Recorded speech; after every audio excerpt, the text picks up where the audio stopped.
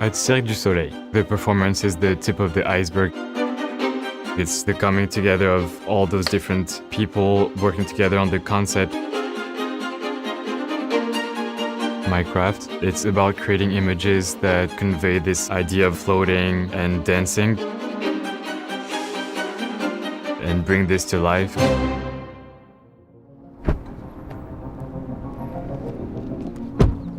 I'm Arthur and I'm a straps artist. I think the craft of being an aerialist starts in the training room, just finding an apparatus that you connect with. I think it's really important to be able to trust your apparatus because it's really like your lifeline when you're doing aerials. If you don't trust that, then you can't go like so many feet in the air. It's like a mix of having this poetic process and also the very athletic work that goes into being an aerialist.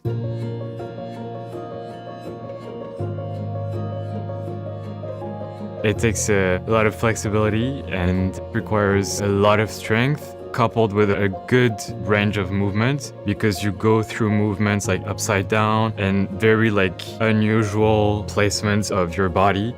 I think sometimes of octopuses, I heard they have their brain throughout their whole body, and sometimes I feel like like that also. When I was really young, I was accompanying my friend who was going to a dance class. I was just here to watch, and then the teacher was like, "No, come on, like, do the class with us." I loved it so much. I remember some set design props of like tissues coming down from the ceiling. I remember that urge of wanting to like dance and like just keep like going to the next level, which was like this space like higher above the ground. And even though I had no training, I was so passionate that they took me, and yeah, I started doing aerials and still linked the dance aspects of it, but took it in the air. What I love about straps is how it can take me from the ground to a different space and how I can play with it as a partner.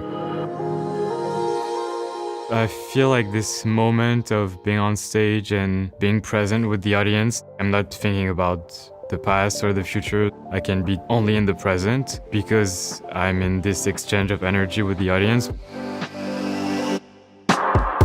It's like this paradox of letting go, but also being very in control. Lexus has a few Japanese philosophies they connect to the art of craft. TAZUNA, a Japanese term literally meaning reins of a horse, where control and harmonious connection between a performer and their apparatus is intuitive and immediate. Yeah, I like the idea of the reins of a horse, because straps is literally that, but bringing me in the air. I think intuition plays a big part because it's live performance, so there's always things that go slightly differently every time.